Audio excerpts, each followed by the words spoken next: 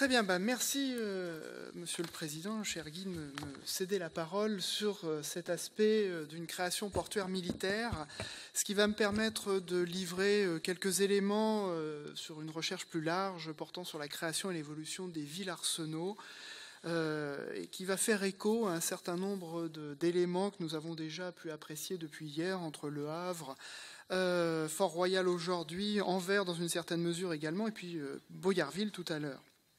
Le sujet de Cherbourg se replace dans une perspective plus large, celle des 2 siècles de l'époque moderne, au cours desquels la marine s'approprie le littoral, aménage des ports, crée des arsenaux et dote progressivement la monarchie française d'infrastructures portuaires et militaro-industrielles pour édifier, armer et entretenir ses navires.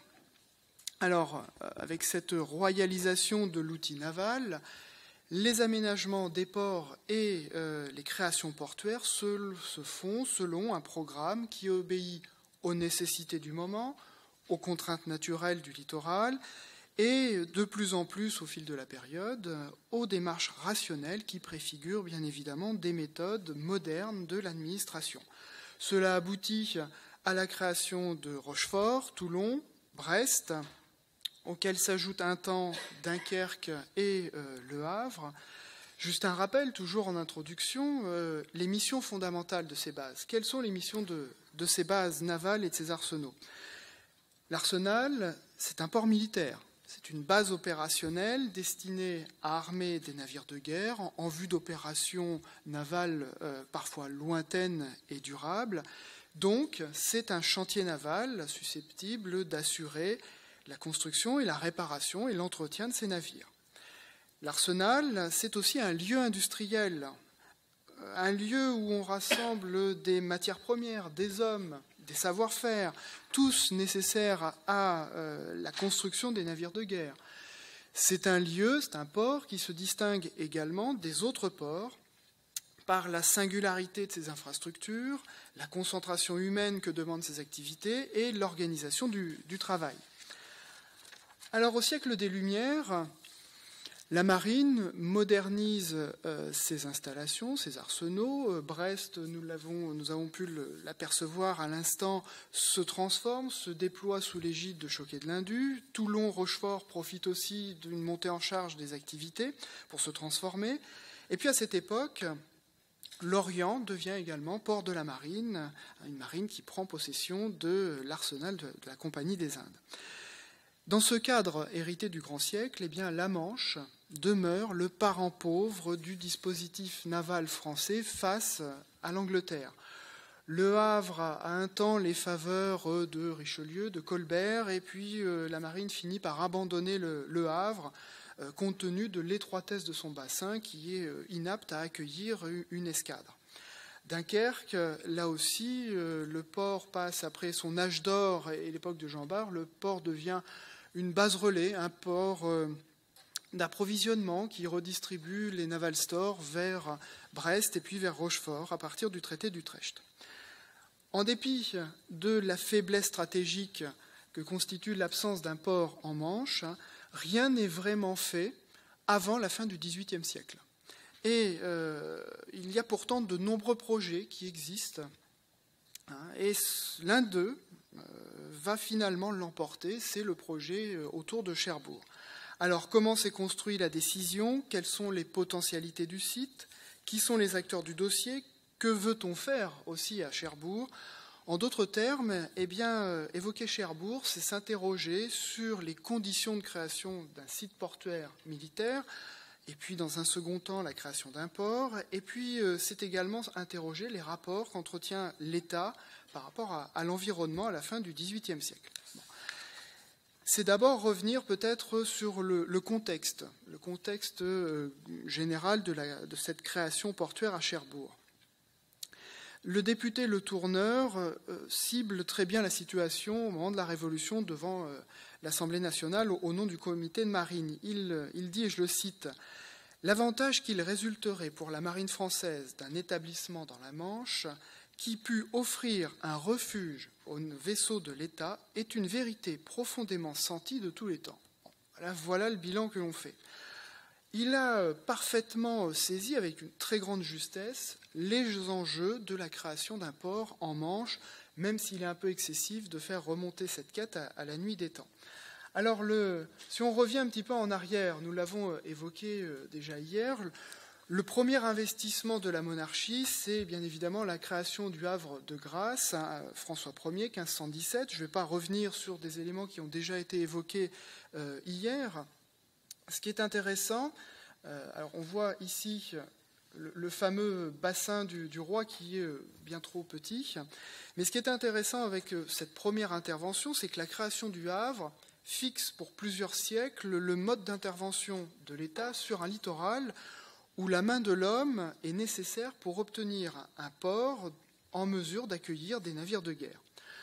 En comparaison, un peu plus au nord, l'Angleterre dispose quant à elle d'un littoral qui est festonné de ports, de rades avantageuses, Plymouth qui est en dehors qui est juste ici, Portsmouth, l'île de Wight, les dunes qui sont un peu plus à l'entrée de la Tamise au nord, des sites qui, de surcroît, sont favorisés par des vents dominants.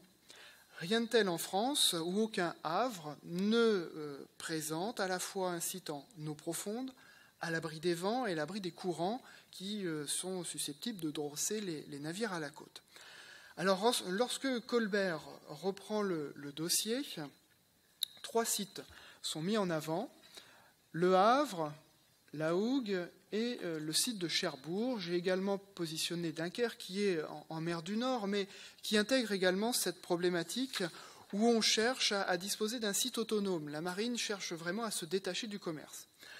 Alors, bien évidemment, Cherbourg et la Hougue, donc dans la presqu'île du Cotentin, ont déjà une préférence, séduisent déjà, parce qu'ils offrent une configuration favorable au mouillage des navires. Ce sont 2 belles rades foraines. À Cherbourg, plus précisément, alors voilà pourquoi je disais que je vais me détacher de Cherbourg. Cherbourg est ici, le site initial est ici, et ce qui va intéresser les marins, c'est la fosse du Galet, cet emplacement ici.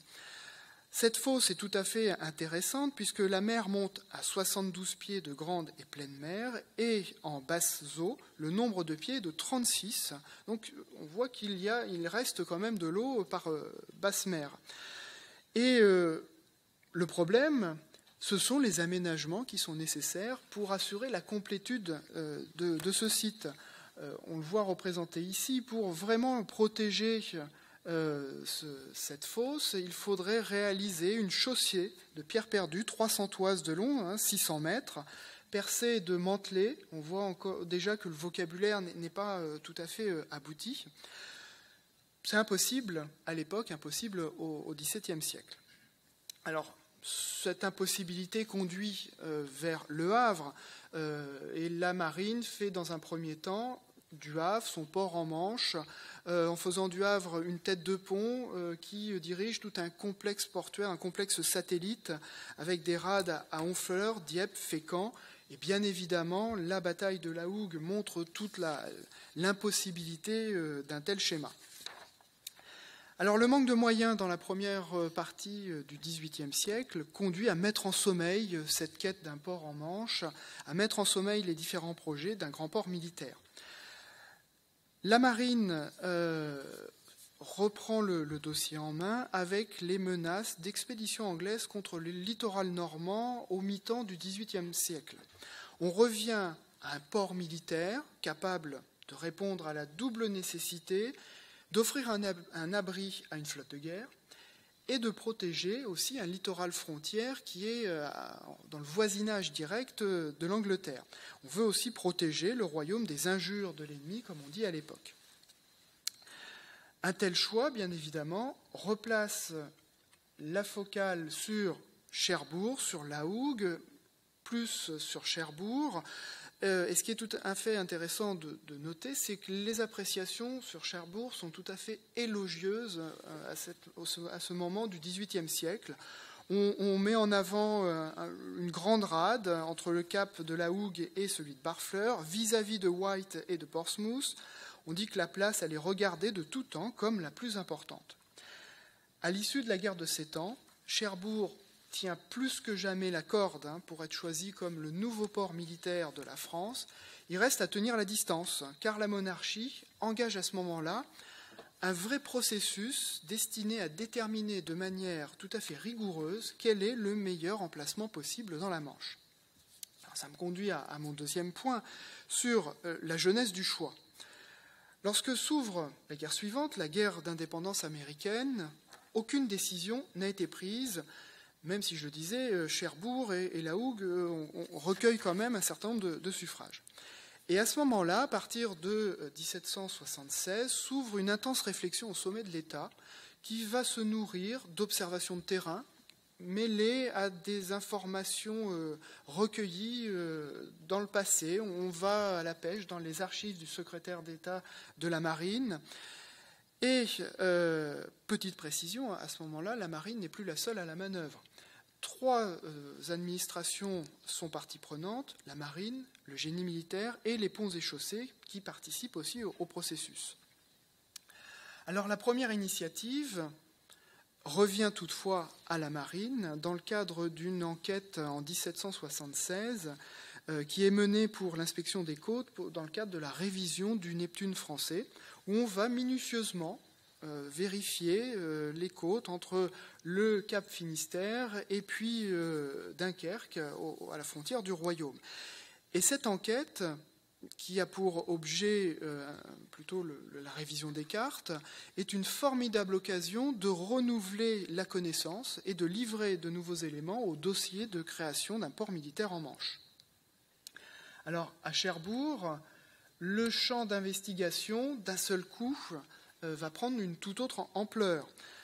L'anse du Galet que je vous montrais est ici, et puis d'un seul coup, on va voir beaucoup plus grand.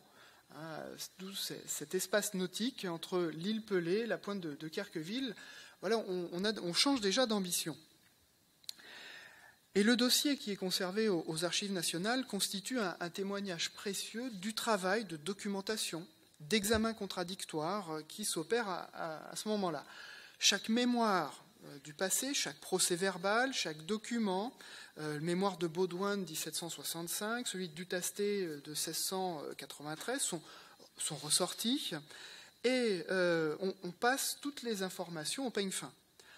Au fil des rapports, on voit s'opérer une cristallisation autour de la presqu'île du Cotentin qu'avait déjà repéré Vauban. Alors d'ailleurs, Vauban sert bien souvent de caution à un certain nombre d'auteurs qui sont parfois à court d'arguments, et on ressort le maréchal.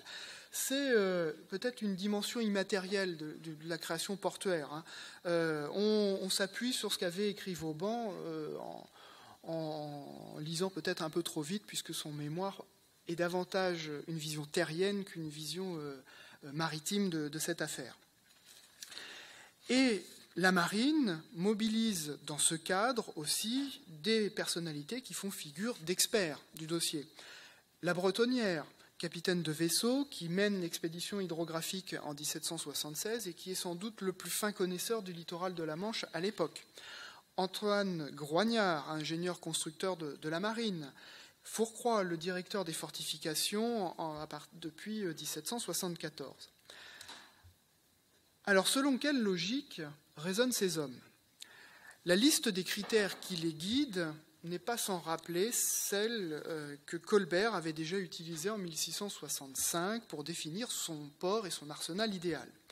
Il faut que le site soit protégé des vents et des courants, avec un fond propice au mouillage des vaisseaux, qu'il ne soit pas trop exposé aux marées et aux effets de renversement de marée. Il y a le souvenir aussi de la bataille de la Hougue. Il faut aussi que ce site s'ouvre sur un espace nautique où une escadre peut manœuvrer aisément, au moins pour appareiller.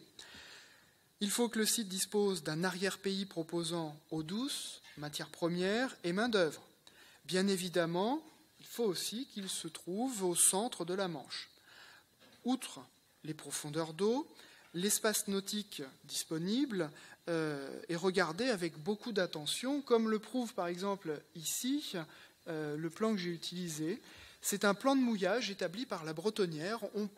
tient compte véritablement de l'objet navire, de la manœuvre des navires pour étudier les possibilités de mouillage dans cette rade, ce qui explique son ampleur. La Bretonnière ne le fait pas au hasard de manière tout à fait géométrique. Il consulte les autorités des arsenaux, il consulte Vaudreuil à Rochefort par exemple, le comte d'Hector à Brest ou Albert de Rion à Toulon.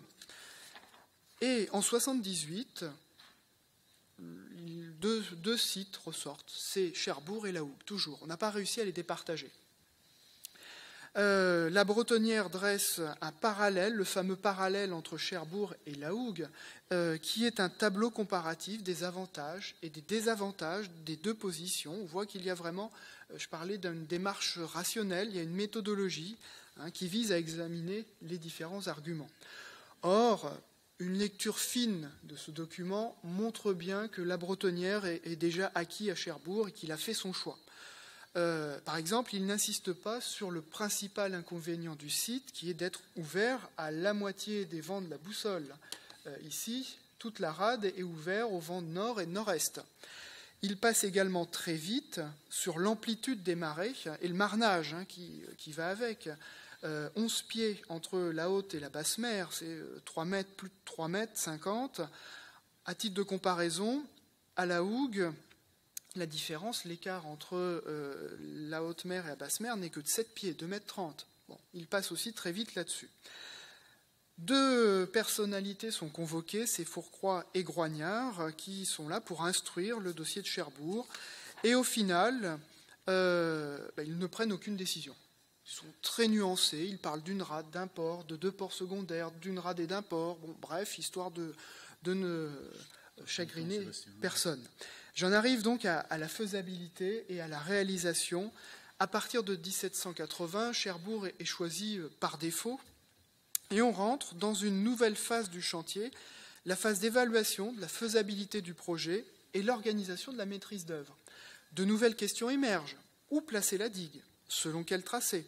Quelle technique de construction adopter pour réaliser cet ouvrage qui doit protéger la rade et compléter ce que la nature a donné aux hommes? Alors cette fois, on voit très grand. On voit ici l'idée de réaliser une digue entre la pointe de Querqueville et l'île Pelée, pratiquement 5000 mètres de distance, en pleine mer. Donc il y a véritablement une difficulté technique à assurer ces prémices avant toute création portuaire. On en arrive à la proposition de l'ingénieur de Cessart, qui propose, lui, une digue formée de cônes en bois, de cônes inversés, tronqués à leur sommet, entre lesquels on pourrait disposer des pierres perdues, un peu selon la technique qui sera également employée, comme nous l'avons vu tout à l'heure, pour le Fort Boyard. L'idée, c'est d'assurer une digue qui casse l'effet de la houle et protège les navires au mouillage.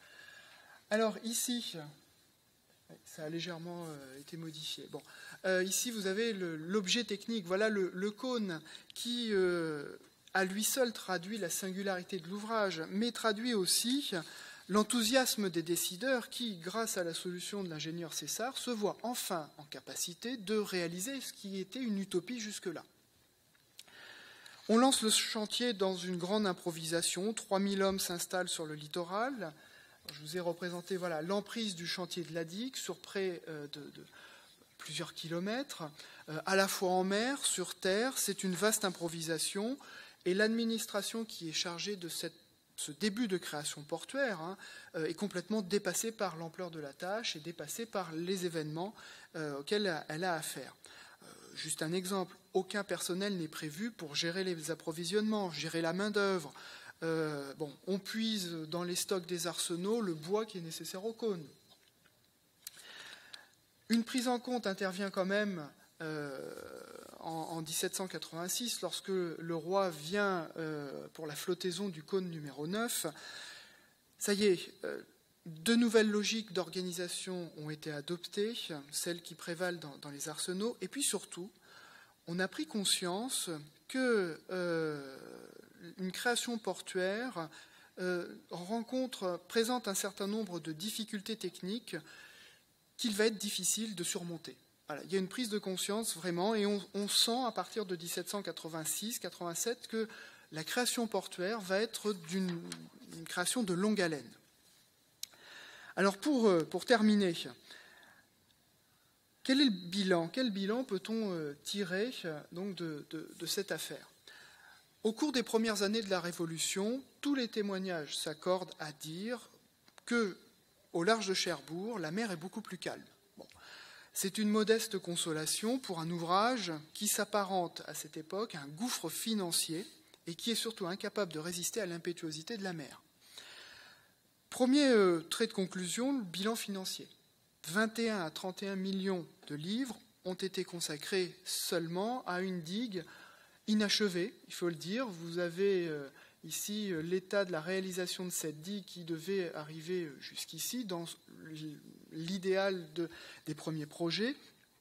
Et le positionnement des cônes montre bien qu'on va les espacer de plus en plus. Alors, ils étaient normalement base à base, et puis voilà, on divise l'objectif pour atteindre plus vite, justement, les objectifs réduits. Le coût de revient de ces cônes, c'est 1,2-1,5 million de livres. Les chiffres sont largement dépassés, puisque le premier estimatif de César était de 155 000 livres par cône. Donc, on explose le budget. À la décharge de César, comment évaluer les travaux portuaires à partir d'un échantillon qui représente moins de 1% de l'ouvrage terminé? Un seul cône a été lancé et après on a engagé tout le chantier.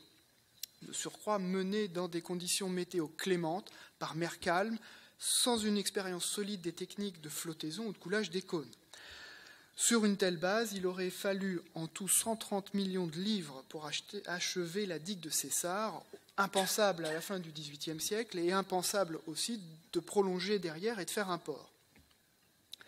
Deuxième conclusion, la quête portuaire se poursuit en dépit de cette digue. À partir de 1789, on arrête les frais en 88-89. Et puis en 1791, le comité de marine décide de recharger la digue. Laisser les pierres se disperser, puisque les cônes ont été complètement brisés par la mer, les pierres se dispersent. Laisser la digue se disperser, ça serait un retour de 10 ans en arrière. Bon, impensable là encore. Et le député de Curc résume très bien la situation. Qu'importe qu'on ait dépensé plus de 31 millions à Cherbourg, si le but politique de cette entreprise se trouve rempli, si l'État est assuré d'avoir un poste dans la Manche. Voilà, on se dit la digue est là, autant l'utiliser. Ce qui conduit à un troisième trait de conclusion, c'est la clarification. Enfin, au moment de la Révolution, on arrive à une clarification de la situation. On se pose la question, que veut-on vraiment à Cherbourg? Une rade ou un arsenal? Voilà, les choses sont clairement dites. Et en 1792, la commission des travaux de Cherbourg présente un long rapport qui marque une nouvelle étape, une étape décisive de la création portuaire. Ces conclusions vont être prises par l'ingénieur Cachin, qui en 3 ans trace les grandes lignes d'un arsenal, d'un port militaire tant souhaité depuis l'époque de Louis XIV, avec un avant-bassin, un premier bassin et puis un second bassin, autour desquels doivent s'ordonnancer un certain nombre de magasins, de hangars, d'ateliers, de cales de construction. Alors, vous avez à gauche le projet idéal de Cachin qui est revu à la baisse. On fait finalement alors c'est Napoléon qui lui écrit si l'argent tombait comme la neige, on pourrait se permettre un tel projet. Le creusement de l'avant-port débute dans la foulée de ces projets. Il est achevé en 1813, mais il faudra cependant attendre une 50aine d'années pour qu'un arsenal et un port militaire soient opérationnels à Cherbourg, preuve qu'une création portuaire est une entreprise de longue haleine. Je vous remercie.